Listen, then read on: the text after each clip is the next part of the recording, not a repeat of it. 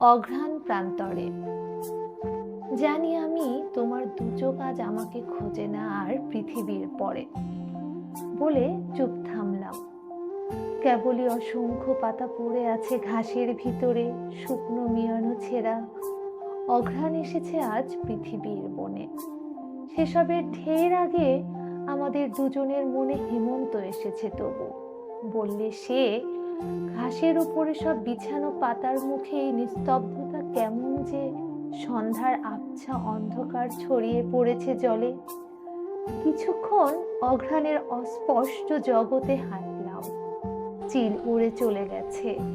কুয়াশার প্রান্তরের পথে দু একটা সজারুর আসা যাওয়া, উচ্ছল কলার ঝরে উড়ে চুপে সন্ধ্যার বাতাসে। লক্ষ্মী প্যাঁচা হিজলের ফাঁক দিয়ে বাবলার আধার গলিতে নেমে আসে। আমাদের জীবনের অনেক অতীত ব্যাপ্তি আজও যেন লেগে আছে বহতা পাখায়।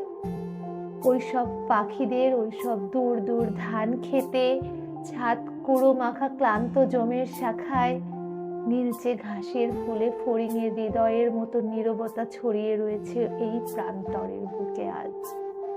হেঁটে চলি, আজ কোনো কথা নেই আর আমাদের। মাঠের কিনারে ঢের ঝরা ঝাউফল পড়ে আছে। খড়কুটো উড়ে এসে লেগে গেছে শাড়ির ভিতরে। সজনে পাতার গুঁড়ি চুলে বেঁধে গিয়ে নড়ে চড়ে। পতঙ্গ পালক জল চারিদিকে সূর্যের উজ্জ্বলতা নাশ। আলোয়ার মতো ওই ধানগুলো নড়ে শূন্যে কিরকম অবাধ আকাশ হয়ে যায়। সময়ও অপার, তাকে প্রেম, আশা, চেতনার কণা ধরে আছে বলে সেও সনাতন।